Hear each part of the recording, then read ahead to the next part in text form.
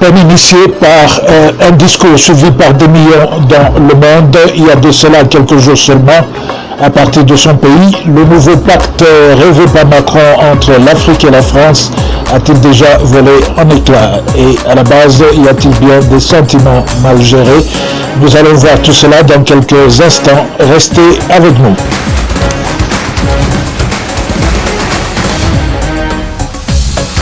Après un grand discours en France, Macron s'est déjà peut-être bien tiré une balle dans le pied durant sa visite en Afrique. Tout sera différent maintenant avec une nouvelle relation sincère, avait-il semblé dire et aurait-on pu croire comme désiré par les Africains. Lors de la conférence avec les jeunes Africains appelée par Macron lors du 28e sommet France-Afrique, il y a de cela une année, mademoiselle Raymonde Elba Kouane de la société civile, intervenant sous l'admiration de nombreuses personnes qui avaient répondu présent à cette manifestation, avait bien décrit cette relation qui jusque-là posait problème lorsqu'elle avait dit, je cite, « S'il fallait qualifier les relations entre la France et l'Afrique et dire qu'elle était une marmite, eh bien, cette marmite était très sale, sale de reconnaissance légère des exactions commises, sale de corruption, sale de non-transparence, sale de vocabulaire dévalorisant, et je vous invite à la récurer par des actions concrètes, Monsieur le Président Macron. Mais si vous refusez de la laver et décidez quand même de préparer dedans, je ne mangerai pas, nous ne mangerons pas, l'Afrique ne mangera plus. Le repas sera prêt, mais vous serez seul à table avec un appétit difficile. À bon entendeur, salut. Fin de citation. Ce sont tous ces problèmes qui ont toujours été à la base de la méfiance des Africains envers la France et l'écart entre ce que dit la France avec un beau français et ce qu'elle fait en coulisses, croient les Africains. Ils ont tous été les mêmes, les présidents français à quelques exceptions près, mais sans une très grande différence entre eux dans les belles paroles, promesses qu'ils ont données à l'Afrique pour au final ne créer que tous les malheurs qui ont plutôt suivi et dont a vécu l'Afrique francophone. Il n'a que pour preuve le grand écart en termes de développement entre les pays anglophones et francophones en Afrique, qui croient réellement qu'avec Macron, qui a eu un soudain petit sursaut d'africanisme, que les choses iraient subitement dans le bon sens. Il faut arrêter de parler d'aide à l'Afrique, avait proposé mademoiselle Raymonde dans la liste de ses solutions, et qu'autant un auteur africain, elle insistera qu'on n'aide pas à développer, mais on se développe soi-même, et l'Afrique se développera d'elle-même. Ça fait plus d'un siècle, continuera-t-elle, que l'aide au développement se balade en Afrique et ça ne marche pas. L'Afrique se développera sans doute dans l'interdépendance avec les autres nations de la planète, mais ce sera surtout à travers des collaborations saines, transparentes, constructives. Alors, si l'on doit vivre ensemble, ce sera dans l'interdépendance et surtout dans le respect, dans la valorisation des uns et des autres. En effet, ce que dit la France avant d'entrer ou approfondir ses relations avec un pays, ou plutôt ensuite aboutir sur le terrain de ses actions avec des assassinats, des complots et beaucoup bien d'autres choses aussi dégueulasses, est vraiment malheureux pour les populations africaines. Cependant, la France a toujours cherché soit à justifier ou nier ces faits, souvent si évidents. Et Macron, qui croyait convaincre cette fois-ci que les choses seront différentes, après avoir, comme il a voulu le faire croire, comprendre, fait le mea culpa de la France, ne s'est pas cependant empêché de commettre des gaffes en RDC sur la question sur le Rwanda et le rôle négatif des médias français sur les jeunes démocraties et élections en Afrique, lors d'un récent périple qu'il a conduit au Gabon, en Angola, au Congo-Brazzaville et en RDC. Ces gaffes risquent de coûter cher à la France et remettre toute sa bonne foi en question.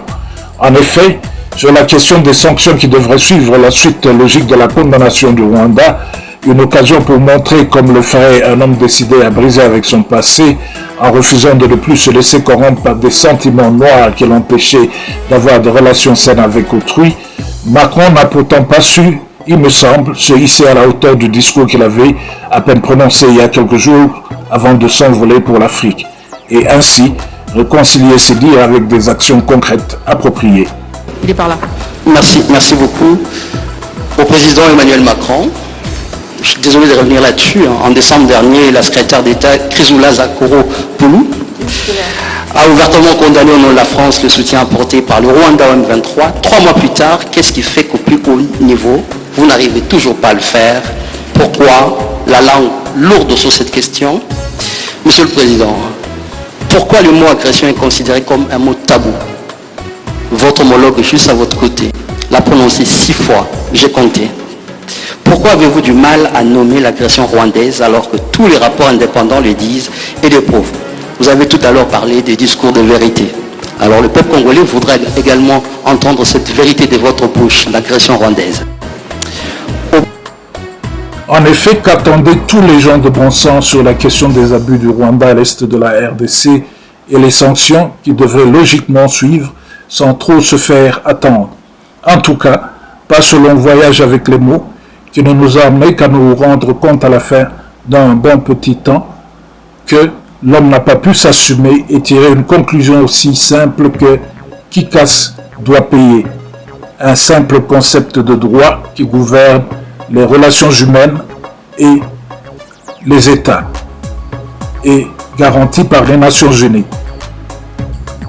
S'il n'y a eu aucune ambiguïté de la part de la France lorsqu'il s'agit de l'agression russe et les sanctions qui ont suivi, et où il apparaît clairement que lorsqu'on a agressé un autre pays, quels que soient ses motifs, cela est inacceptable dans une société de gens civilisés et qu'il n'y a pas de place pour commencer à tendre une oreille attentive à l'agresseur qui doit commencer par arrêter toute action de déstabilisation ou autrement des sanctions seront imposées. Mais dans le cas du Rwanda, la France semble vouloir pécher. Et lorsque l'on sait par surcroît que la France préside le Conseil de sécurité, cette tergiversation ne peut être que bien décevante.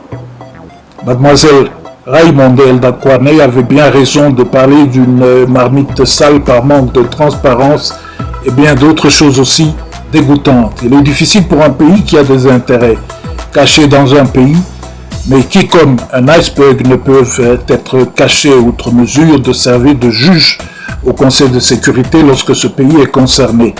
Il y a longtemps que la France aurait dû se retirer du traité du conflit entre le Rwanda et la RDC, et sa récente prestation qui a consisté à envoyer 20 millions de dollars d'aide militaire au Rwanda pour sa participation au Mozambique, où en réalité il y protège les intérêts pétroliers français, n'est qu'une provocation envers la RDC aux gens de la communauté internationale et grille de paix.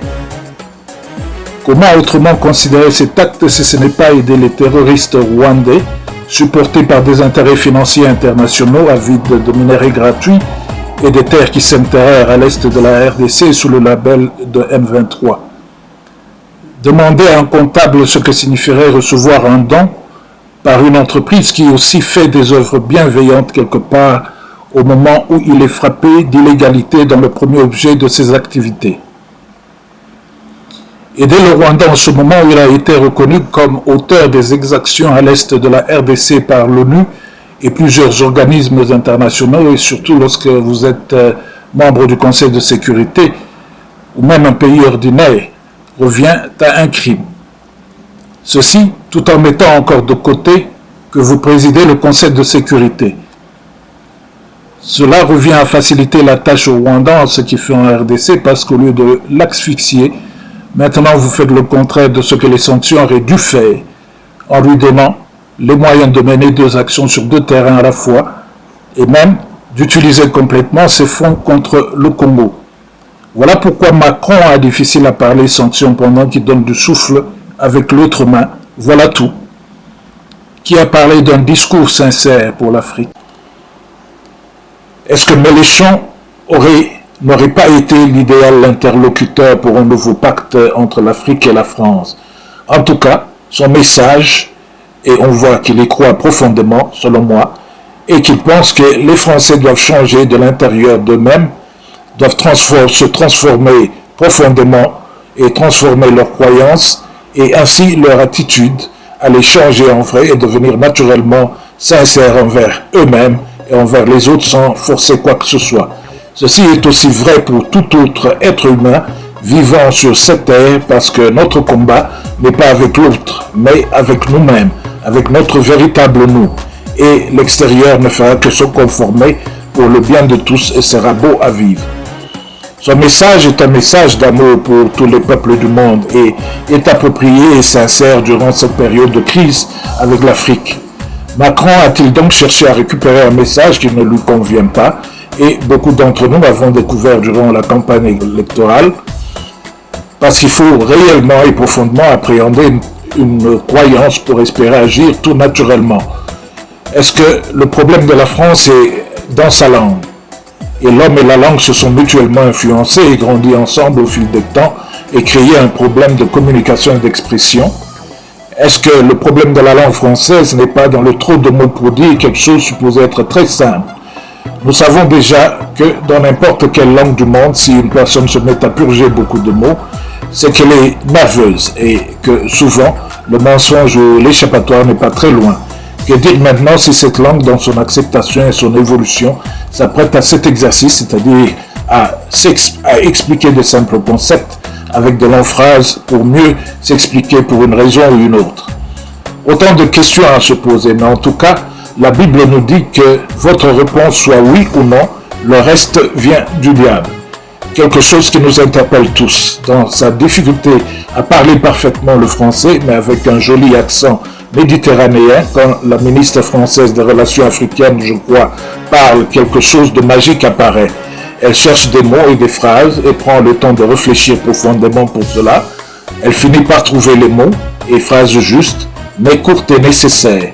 Elle est sérieuse quand elle parle et concrète, sincère et attirante à la fois. En ce moment, elle devient le symbole de la France en qui l'on peut vraiment faire confiance. Pendant que certaines cultures privilégient le symbiose entre le corps, l'esprit et l'âme et la nature qui les entoure et ne parlent que quand c'est nécessaire et peu, en quoi les autres mettent-ils leur foi pour penser oppresser les autres?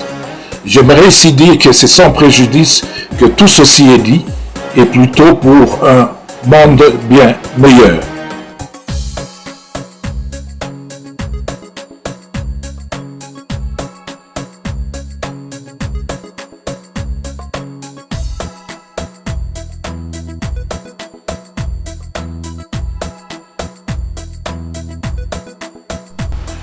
Nous allons vous laisser suivre dans son entièreté ce qu'a été l'échange entre les journalistes et les présidents Tshisekedi et Macron lors de la conférence de presse de Kinshasa au sujet de l'agression rwandaise et aussi sur la presse française, une presse dont nous avons longuement parlé dans la vidéo intitulée « Les prouesses du président Tshisekedi et les médias étrangers et les élections de 2018 » que vous pourrez suivre en suivant le lien au coin de votre écran vidéo ou en visitant le channel DJ Congo Afrique Monde. Quant à nous, nous allons vous revoir prochainement pour une émission consécutive à celle-ci où nous allons vous donner notre point de vue sur les réponses préoccupantes de Macron sur ces deux sujets qui ont laissé beaucoup d'entre nous les bouches amères. Comme Macron l'a dit, est-ce que la presse française n'est là que pour la vérité, rien que la vérité, rien que pour la démocratie?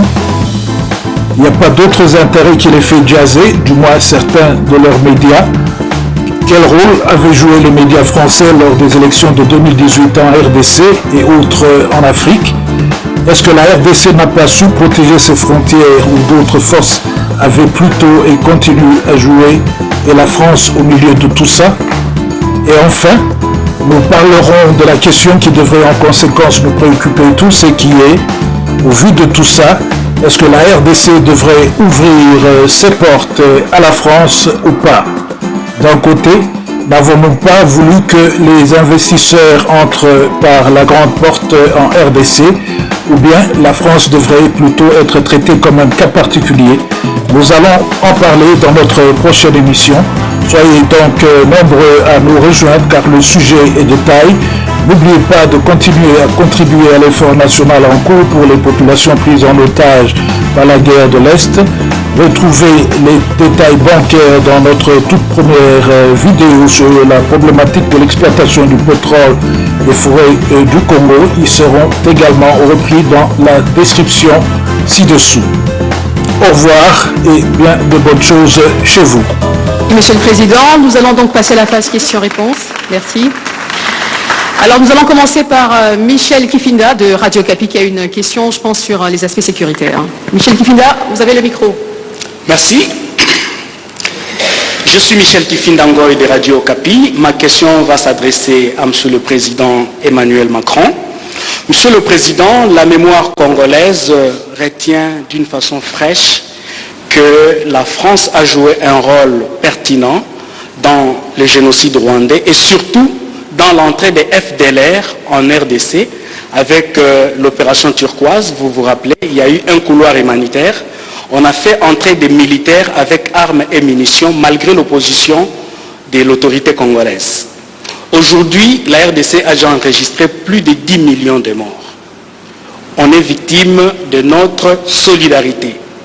Comment la France compte-t-elle résoudre personnellement, puisque vous étiez là et c'est vous qui avez fait entrer ces militaires, cette problématique de la sécurité dans l'Est et comment comptez-vous réparer le préjudice causé à la population congolaise? Ça, c'est le premier aspect de ma question.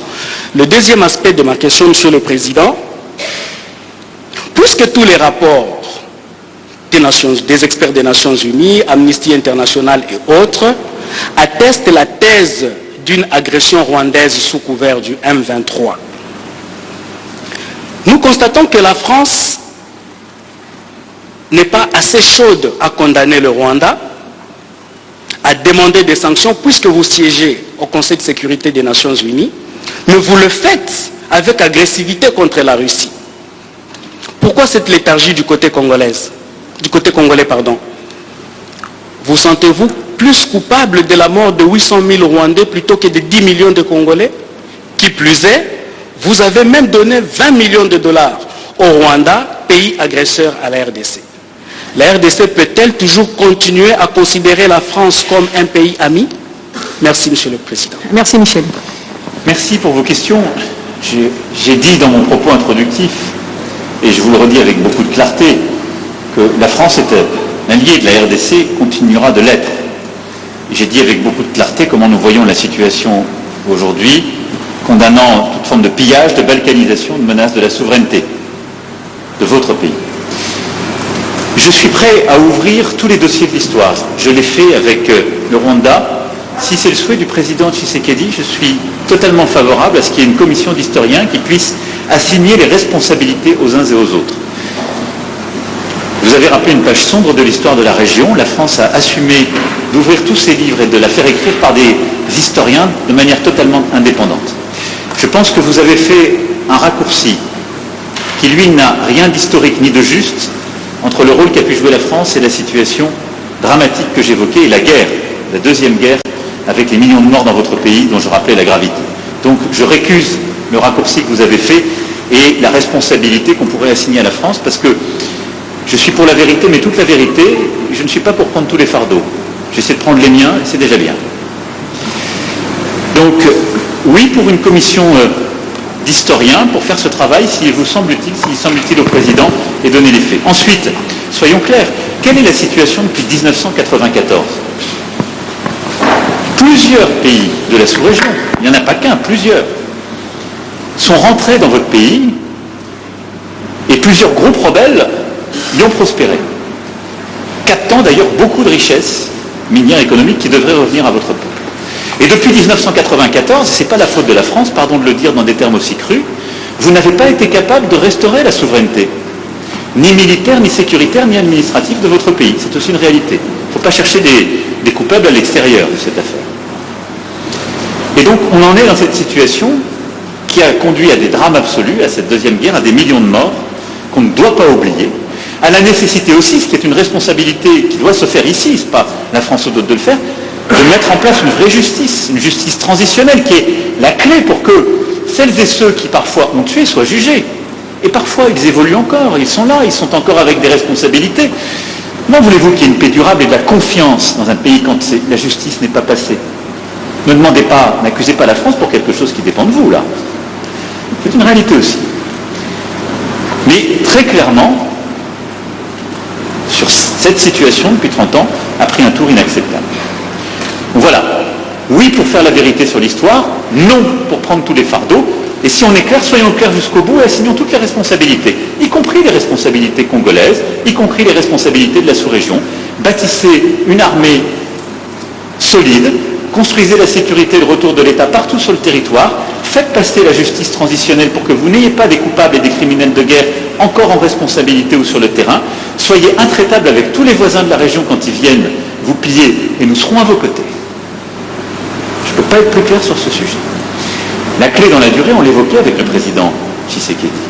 C'est très clairement d'avoir la capacité de tenir tout le territoire et un discours de vérité avec toute la sous-région, parce qu'on ne peut pas rester sur un modèle économique qui consiste à ce que des ressources soient prises ici pour permettre, en quelque sorte, la stabilité économique de voisinage. À ça s'ajoute un devoir aussi qui est de répondre à la menace terroriste. Je l'évoquais tout à l'heure rapidement. Les ADF sont des groupes qui n'ont pas de proxy régionaux. Ce sont des groupes terroristes sur votre sol qui menacent la stabilité et qui peuvent s'étendre, on l'a vu dans d'autres régions africaines, avec des conséquences terribles. Et ces mouvements terroristes islamistes, il faut aussi les combattre, c'est une question de sécurité nationale. Ensuite, pour ce qui est du M23 et des sanctions, j'ai toujours été très clair, et la France a constamment condamné le M23 et tous ceux qui le soutiennent. Et je suis ici pour que chacun prenne ses responsabilités, y compris le Rwanda. Aujourd'hui, la région assume ses responsabilités en mettant un plan de désescalade sur la table. Il est à ses premiers pas. D'abord, il marque une convergence entre des mécanismes qui étaient séparés jusqu'alors. Ensuite, il commence à fonctionner, en tout cas je le regarde avec beaucoup d'estime, d'amitié si je puis dire, et de soutien. Et nous sommes d'accord, y compris avec le président Tshisekedi, pour appliquer ce plan et donner une chance à la paix. Donc nous avons une opportunité de résoudre, je l'espère, la question du M23. Nous avons aussi l'opportunité de traiter, ce faisant, si ce plan avec son chronogramme sont appliqués, enfin la question des FDLR. Donc je vais être très clair, ce n'est pas aujourd'hui qu'on doit tout bousculer. Aujourd'hui, il faut donner une chance à ce plan, à la médiation angolaise, à l'engagement des uns et des autres, aux résultats. Mais je serai tout aussi clair. Ceux qui feront obstacle à ce plan, et on le verra sur le terrain, puisque dans le cadre de la médiation, il y a un mécanisme de vérification sous pilotage angolais, qui pourra dire qui respecte, qui ne le respecte pas, avec des observateurs indépendants. Ceux qui feront obstacle à ce plan savent à quoi ils s'exposent, y compris à des sanctions. Merci. Alors nous avons Madame Leroux, Valérie, de l'agence France Presse, AFP. Oui, la première question s'adresse à Monsieur le Président Tshisekedi. Êtes-vous satisfait des annonces qui ont été formulées par votre homologue français et considérez-vous que la France a clarifié sa position sur la situation dans l'Est du pays comme les Congolais le réclamaient? La deuxième question est pour Monsieur le Président Macron. Vous êtes aujourd'hui à Kinshasa dans un pays qui se prépare à une échéance électorale importante à la fin de l'année. Craignez-vous, comme un de vos ministres des Affaires étrangères a pu le formuler dans le passé, qu'il y ait de nouveaux compromis à l'africaine pour la prochaine élection à venir, comme ça avait été formulé lors de l'annonce de la victoire de M. Tshisekedi? Et toute petite question supplémentaire, M. Macron, vous avez beaucoup insisté durant votre tournée sur la fin de la Centrafrique, de la France-Afrique, pardon, excusez-moi. Votre visite hier à Brazzaville et les images du président français aux côtés de son homologue Sassou Nguesso ont été interprétées par beaucoup comme une forme de reliquat du passé. Est-ce qu'à ce jour, on peut dire que la réalité impose peut-être de maintenir, de garder certaines pratiques du passé? Merci Madame. Les annonces du président français, bien évidemment, sont satisfaisantes, mais c'est encore sur le plan théorique. Il faut attendre de voir la pratique. Nous remercions la France et l'Europe pour ce soutien combien important à apporter aux déplacés de guerre. à nos compatriotes déplacés de guerre. Mais là, je dois préciser que j'avais fait une proposition pour accompagner cette aide à ces déplacés. J'ai faite tout à l'heure au président Macron. C'est celle d'apporter plutôt une aide au retour et non pas une aide à demeurer dans les conditions infrahumaines que ces déplacés de guerre vivent en ce moment. L'aide au retour aura l'avantage à la fois de ramener évidemment ces déplacés dans leur lieu de résidence habituel, mais aussi de mettre la pression sur le processus de paix, l'exécution du processus de paix, c'est-à-dire cessez-le-feu et retrait, parce qu'au moment où les populations feront mouvement vers leur localité d'origine, les terroristes du M23 devront quitter ces lieux. Et enfin, chose importante, ça donnera la possibilité, cette fois-ci, à la Commission électorale nationale indépendante de déployer ces machines et d'ouvrir ces bureaux pour enregistrer les électeurs. Parce qu'en ce moment, je vous le rappelle, nous sommes déjà en phase du processus électoral. Les électeurs sont en train d'être enrôlés. C'est déjà fait dans la partie ouest du pays. Actuellement, nous sommes dans la partie centre et la partie est. Le seul problème reste au niveau des zones de troubles où nous avons besoin que l'ordre revienne ainsi que la stabilité afin de pouvoir continuer avec le processus électoral. Sinon, nous risquons d'avoir un retard considérable qui impactera sur la date prévue par le calendrier. Pour le reste, c'est comme je l'ai dit, je demande à voir, surtout au niveau des sanctions, parce que je reste dubitatif quant à la bonne foi de ceux qui nous ont agressés.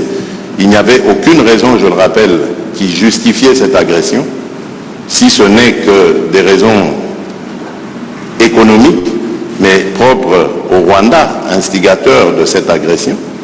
Maintenant, la question est de savoir est-ce que le Rwanda peut se passer de ce pillage systématique de la République démocratique du Congo qui date maintenant d'une vingtaine d'années. Et si c'est le cas, ben ça se vérifiera à travers ce processus. Et si ce n'est pas le cas, c'est là que je vérifierai les propos et les engagements du président Macron par rapport aux sanctions à prendre contre le Rwanda, et ça il faut le préciser. Je vous remercie.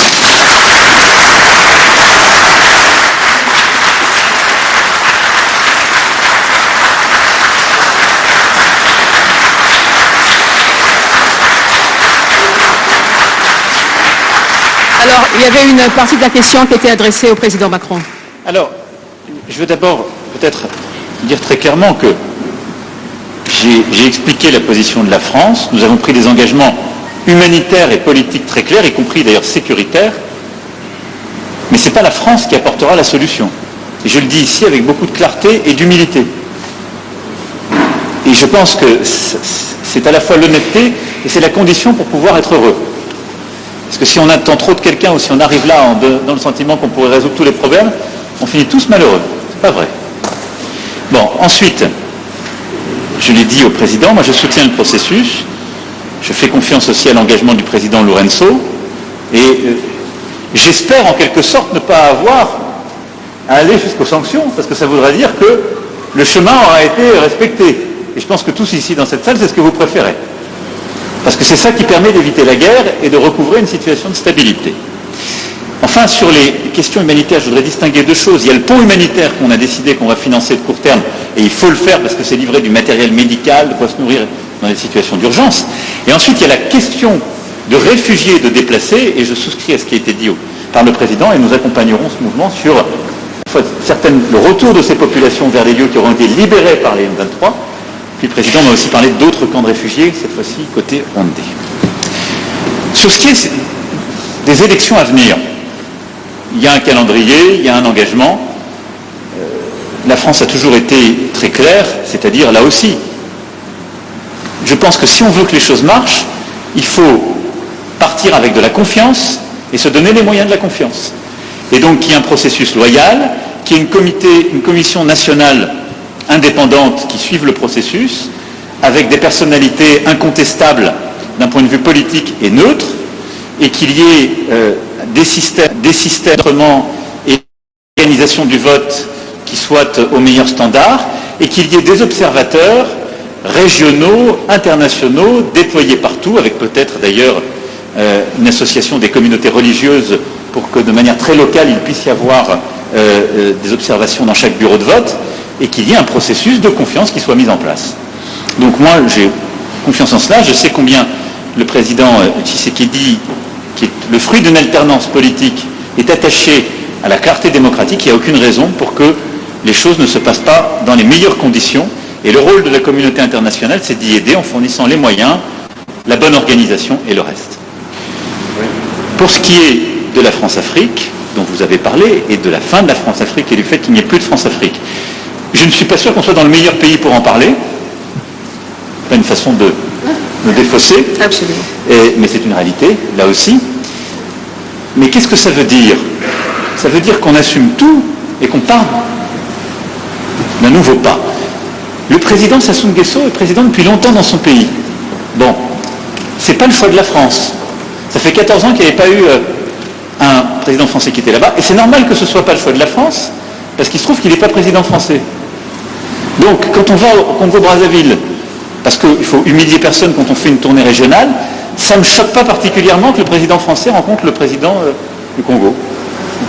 Voilà. Après, la question, c'est qu'est-ce qu'on lui dit? C'est pas pour lui servir la soupe. Et donc, j'ai tenu un discours cohérent avec ce que je vous disais lundi, qui est celui de bâtir de nouveaux partenariats. Une politique pour le climat et la forêt qui correspond à nos ambitions et l'application de ce qu'on a lancé à Libreville. Une politique culturelle nouvelle en défendant justement les artistes, y compris les plus insolents et les plus innovants. De nouveaux partenariats en matière économique pour les petites et moyennes entreprises, pour faire davantage là-bas et améliorer le cadre d'affaires, ce que je lui ai demandé parce qu'il n'est pas bon aujourd'hui. Donc c'est une politique exigeante, sincère, d'avenir. Voilà. Mais si on se met en quelque sorte dans une situation qui consiste à dire partout où il y a des dirigeants qui ne sont pas élus aux meilleurs standards démocratiques ou ceux qui nous plaisent, ou qui sont là depuis trop longtemps, il n'y a plus de déploiement de la France ou de partenariat, ben vous serez les premiers à m'expliquer le lendemain qu'il n'y a plus de politique de la France du tout et qu'il n'y a plus de présence de la France. Donc, on fait avec les dirigeants qui sont là, avec respect. Donc il y a du respect, on en doit à la fois au président Sassou Nguesso et à son peuple. On le fait en constatant nos accords et nos désaccords et en essayant de bâtir une politique d'avenir et en disant ce qui ne va pas quand ça ne va pas, ce que j'ai fait hier. Donc je pense que c'est cohérent. Mais c'est exigeant. C'est le fruit de... C'est le propre exactement de ce que nous sommes en train de faire. Avec le continent africain, je pense qu'il le mérite, parce que c'est un immense continent d'avenir avec lequel on a une histoire plurielle, si je puis utiliser ce terme, multiple, mais qui est un continent que j'aime. Merci beaucoup. Monsieur le Président, vous avez une réaction par rapport à la question qui a été posée?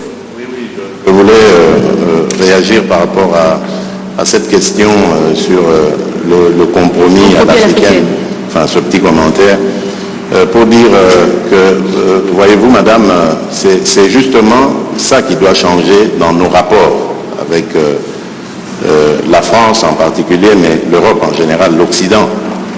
Votre façon de voir les choses lorsqu'elles se passent en Afrique. Quand il y a des irrégularités aux élections américaines, on ne parle pas de compromis à l'américaine. Lorsqu'en France, il y a plusieurs années maintenant, lors des années Chirac, il y a eu un scandale sur des électeurs décédés qu'on a fait voter, on ne parlait pas de compromis à la française. Je crois qu'il doit y avoir du respect dans la considération que nous avons les uns envers les autres. Nous n'avons aucunement l'intention de galvauder l'opinion de nos électeurs. Le processus électoral est entamé.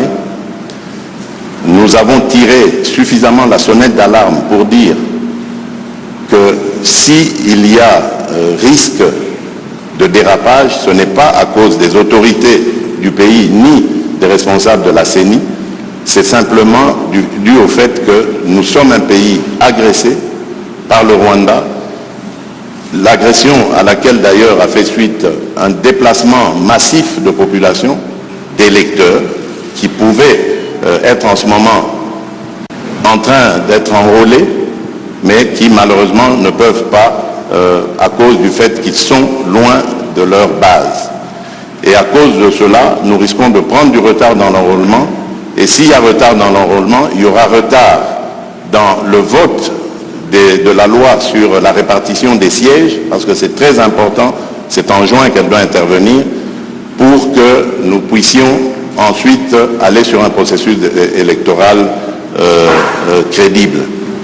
Sans cela, jusqu'à ce stade, je ne sais pas comment nous allons nous y prendre. Est-ce qu'il faut stopper le processus d'enrôlement des électeurs en attendant que la paix revienne, avec le risque que cela impacte sur le respect du calendrier, ou faut-il continuer le processus en ne prenant pas en compte les populations nombreuses de déplacés de guerre? C'est ça qui peut poser problème. Et si demain, nous allons aux élections dans des conditions difficiles, vous parlerez de compromis à l'africaine, alors qu'aujourd'hui, ces mêmes Africains sont en train d'attirer votre attention sur cette ignoble et injuste agression due au fait du Rwanda, et demandons même des sanctions, personne n'en parle.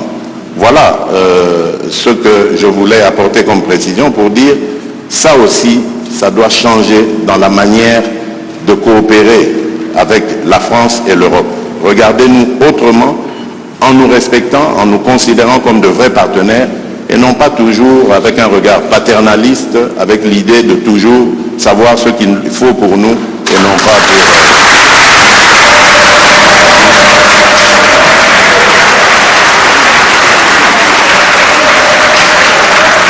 Voilà, merci. Je pense que le président Macron a une réaction.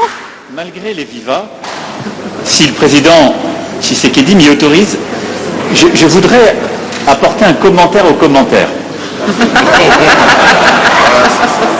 Je m'explique.